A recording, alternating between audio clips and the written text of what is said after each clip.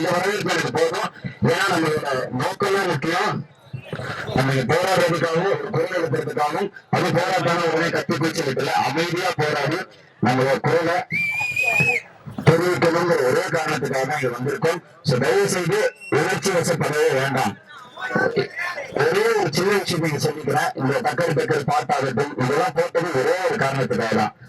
இதை பற்றி வரலாறு உங்களுக்கு சொல்ல வேண்டியதா இருக்கு.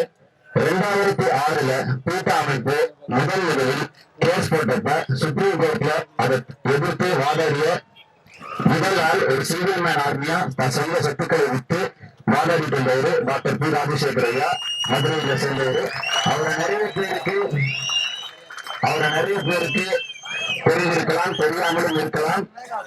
ஆனா அவரை தெரிஞ்சிருக்கோ தெரியலையோ அவருடைய நோக்கமும் அவருடைய கொள்கையும் தான் நம்ம முக்கியமா பார்க்க வேண்டியது. 2017 வரைக்கும் 2017 சுப்ரீம் கோர்ட் என்ன தீர்ப்பு கொடுக்குதுன்னா, ஜல்லிக்கட்டை தடை செய்ய முடியாது. ஏன்னா பெர்ஃபார்மிங் அனிமல், அதனால தடை செய்ய இயலாதுன்னு தீர்ப்பு கொடுக்குது. நான் முதல்ல எனக்கு தெரிய ஆரம்பிச்சது, அந்த பக்கம் இருக்கிற குரலை இந்த பக்கம் கொண்டு வந்து சேர்த்தணும். இதை நான் போராட்டத்துக்காக உணர்ச்சி வசப்படுறதுக்காக பண்ணல. அறிவுபூர்வமாக நம்மளோட கொள்கைகள் மாறணும். அங்க என்ன நடக்குது, பின்னாடி என்ன சதி இருக்குதுங்கிற விஷயம். ஏன்னா அவங்களுக்கு ஒரு குற்றச்சாட்டு தொடர்ந்து இருந்துச்சு, கிராமத்துல இருக்கிறவங்களோட குரல் நகரத்துல இருக்கிறவங்களுக்கு தெரியலன்னு. ஆனா மெரினால என்னைக்கு வந்து நீங்க அன்னைக்கு நின்னீங்களோ அன்னைக்கே நீங்க முடிவு பண்ணிட்டீங்க. ஒரே ஒரு விஷயம் யோசிச்சு பாருங்க. நீங்க எத்தனை பேரை குரல் கொடுக்க வச்சுட்டீங்க? இதுக்கு முன்னாடி குரல் கொடுக்காம இருந்தவர்களையும் குரல் கொடுக்க வச்சுப்பீங்க. அப்படின்னா என்ன அர்த்தம்னா, உங்கள் சக்தி முன்பு எல்லாமே தூசு. அதனால ஒன்னால புரிஞ்சுக்கணும், நீங்க தான் மாசு, நான் எல்லாமே நாங்க எங்களை சொல்ல எல்லாருமே தூசு. உங்கள் குரலுக்கு எவ்வளவு மதிப்போ அதேதான் எங்கள் குரலுக்கும். அதனால எல்லா குரலும் நீங்க முக்கியங்கிறது முதல் ஞாபகம் வச்சுக்கங்க. இந்த டாக்டர் நேற்று நவநாள் போயிருந்தோம், அமைதி ஊர்வலத்துக்காக இறங்கியிருந்தோம், எல்லாம் உண்மை. ஆனா அங்க இறங்கியிருந்தாலும் போராட்டம் இறங்கியிருந்தாலும் ஒரு சின்ன காலை ஒருத்தர் அவுத்தாரு, ஒரு சின்ன அத்துமீறல் நடந்தது. அதனாலதான் ஒரு சின்ன தடுவடியோ ஒரு அடக்குமுறை நடந்தாலும் இங்க எல்லாரும் போலீஸ் எதிரியா பார்க்கறத முதல்ல நிறுத்துங்க. ஏன்னா சட்டத்துல இருக்கிற ஒரு தமிழன் தான், அவங்க நண்பர்களா இருக்கிறனாலதான் இங்க அவங்களுக்கு பாதுகாப்புக்கு நிக்கிறாங்கன்னு ஒரு புரிஞ்சுங்க. ஏன்னா எவ்வளவுக்கு எவ்வளவு நீங்க போலீஸ் எதிரியா பாக்குறீங்களோ அவ்வளவு உண்மையான எதிரிகளுக்கு கொண்டாட்டம். ஏன்னா இது நம்ம நண்பர்கள், இவங்களும் அதே உணர்வோடு தான் அவருக்கு பாதுகாப்பு கொடுக்குறாங்கன்னு நம்ம புரிஞ்சுக்கணும். அவங்க எதிரியா பாக்காதீங்க. ஏன்னா இவங்க எதிரியா பாத்தீங்கன்னா அங்க இருக்கிற எதிரி உண்மையான எதிரி அவன் ஜாலியா ஏசி ரூம்ல காற்று குடிச்சுக்கிட்டு ஒரு பீச் சாப்பிட்டுக்கிட்டு தயவு செய்து அரசியல் பேச வேண்டாம். நம்ம அதுக்காக நம்ம இளைஞர்கள் புதிதாக ஒரு மாற்றத்தை நோக்கிதான் வந்திருக்கோம். இந்த மாதிரி எந்த விஷயத்திலையும் தேவையான விஷயங்களே பேச வேணாம். நம்ம தேவைது ஒரு நிரந்தர தீர்வு. ஒரு பீட்டா மாதிரி அமைப்புல இருக்கிறவங்க ஜாலியா இதை பார்த்துக்கிட்டு அதெல்லாம் நல்லா அடிச்சுக்கிறாங்கப்பா அப்படின்னு அவங்க எது வரைக்கும் நினைக்கிறாங்களோ, இன்னும் வரைக்கும் நம்ம போலீஸ் நம்மளை பிரச்சனை பண்ணாங்க பிரச்சனை பண்ணாங்க நினைக்கிறோமோ அன்னைக்கு நம்ம பேசிடுவோம். ஏன்னா அவங்க நண்பர்களே இந்த பிரிவு கொள்ளுங்கள். உண்மையான எதிரியை மட்டும் அவன் மேல மட்டும் டார்கெட்டை பிக்ஸ் பண்ணுங்க. அதாவது பீட்டா வேண்டாம் அப்படின்னு நீங்க சொல்றது, பீட்டா பேன் பீட்டாங்கிறது நம்மளோட கவர்மெண்ட் ஸ்டேட் கவர்மெண்ட் கையில இல்லை. அதே மாதிரி அமெண்ட்மெண்ட்டும் நம்ம கையில இல்லை. எது இருக்குன்னா அலங்காநல்லூர்ல அரெஸ்ட் பண்ணுவாங்க, நம்ம வெளியில கொண்டு வரலாம். கண்டிப்பா அதுக்கு ஸ்டேட் கவர்மெண்ட் சப்போர்ட் பண்ணுவாங்க நம்பிக்கை இருக்கு. ஆனா இதற்கு அடுத்து வர கொள்கைகளை கொஞ்சம் உணர்ச்சி வசப்படுறது கரெக்ட் தான். தமிழனா உணர்ச்சி இருக்கணும், உணர்ச்சி இருக்கிறதுனாலதான் தமிழன்.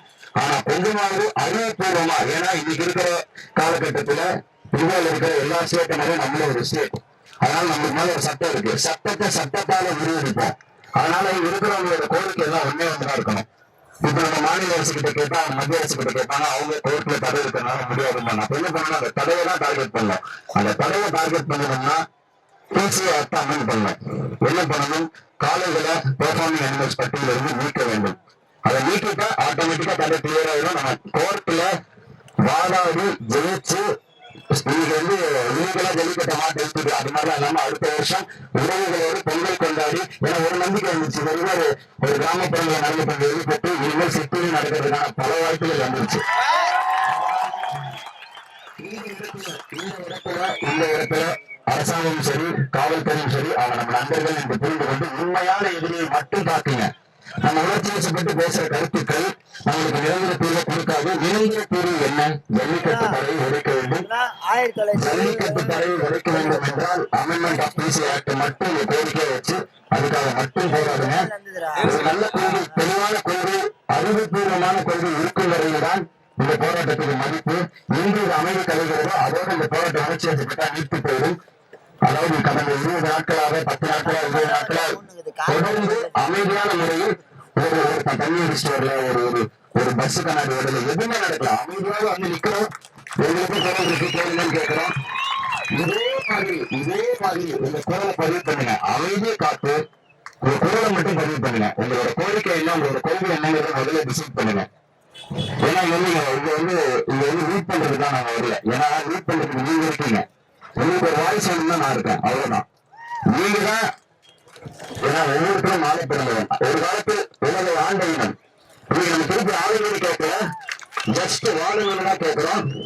அந்த வாழுநர் கேட்கறதுக்கு எவ்வளவுக்கு எவ்வளவு நம்ம பொறுமை காக்குறோமோ அவ்வளவுக்கு அவ்வளவு நமக்கு நல்லது. எந்த ஒரு அத்துமீறலையும் தயவு செய்து ஈடுபட்டாதீங்க. பொறுமையாக உங்கள் ஒரே ஒரு கொள்கை என்ன, ஜல்லிக்கட்டு வேண்டும் என்பது.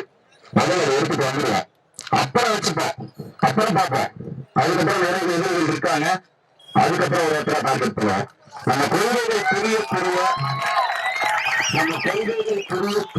என்ன நடக்கும் அப்படின்னா, கொள்கைகள் புரிய யாருக்கு என்ன நமக்கு என்ன வேணுங்கிறது மேல இருக்கவங்களுக்கு தெரியாம போயிடும். இப்ப காவல்துறைக்கோ அரசாங்கத்துக்கோ நமக்கு என்ன வேணும்னு நம்ம சொல்லணும். நமக்கு என்ன வேணும், பிசி ஆக்ட் அமல் பண்ணணும், ஜல்லிக்கட்டு மீண்டும் வேண்டும். அதை மட்டும் நோக்கி போராடுவோம். தேவையில்லாம யாருனாலும் எதிர்ப்பு காட்ட வேணாம். தமிழன் வாழ வச்சு பழகினவன் தமிழன். அதுக்கு தமிழரை வீழ வைக்க வேண்டும் என்று நினைத்தால் சும்மா இருக்க முடியாது. ஆனா right now what is very important, நீங்க எல்லாம் ஒன்னா இருந்து அமைதியா இருந்து ஒரே கொள்கைக்காக. ஏன்னா இந்த வெளிநாடு இருக்கட்டும், இப்ப கோயம்புத்தூர்ல ஒரு பக்கம் யூஎஸ்சி பார்க்ல ப்ரொடெஸ்ட் பண்ணிட்டு இருக்காங்க. சேலம், செங்கல்பட்டு, நாளை காலை ஈரோடு, எல்லா இடங்களிலும் ப்ரொடெஸ்ட் பண்ணிட்டு இருக்காங்க. இந்த எல்லா பொருளும் ஒரே கோரிக்கையை நோக்கி போனால் மட்டுமே நம்மளும் கொஞ்சம் அரசியலை யோசிக்கணும். நம்மளும் கொஞ்சம் பொலிட்டிக்கலா கொஞ்சம் ஒரு மாதிரி டிப்ளமேட்டிக்கா எங்களுக்கு முதல்ல ஜல்லிக்கட்டை தந்துடுங்க, அதுக்கப்புறம் வச்சுப்போம் மற்றவங்களை. நம்ம ஜல்லிக்கட்டை வாங்க வேண்டும் என்பதுதான் நம்ம கோரிக்கையா இருக்கணும். ஏன்னா மற்றவங்களை எதிர்த்து நம்மளுக்கு எதுவும் கிடைக்க போறது இல்லை. ஜல்லிக்கட்டு உடனே வந்தாதான். ஏன்னா இப்ப 70,000 காலை வைக்கிறாங்க, அடுத்த வருஷம் 40,000 30,000, இன்னும் 4 வருஷம் நடக்காட்டி நம்ம ஜீவனம் போய் காலையை பார்க்கணும். சோ நம்ம நோக்கம் என்ன, ஜல்லிக்கட்டு வேண்டும். அதாவது விவசாயிகளின் வாழ்வாதாரம் காக்கப்பட வேண்டும். Because jallikattu is not a sport.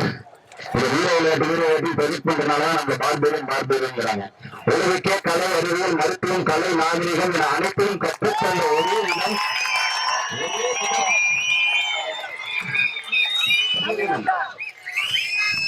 நம் தமிழினம் மட்டும்தான். அதனால நமக்கு அமைதியாக இருக்க தெரியும். சும்மா காட்டுகிறான் இருந்த தமிழர்கள் இன்னைக்கு இப்படி இத்தனை கூட்டம் கூடியிருக்கிற யாரு அவனை காட்டுகிறான்னு சொல்ல முடியும், சொல்லவே முடியாது.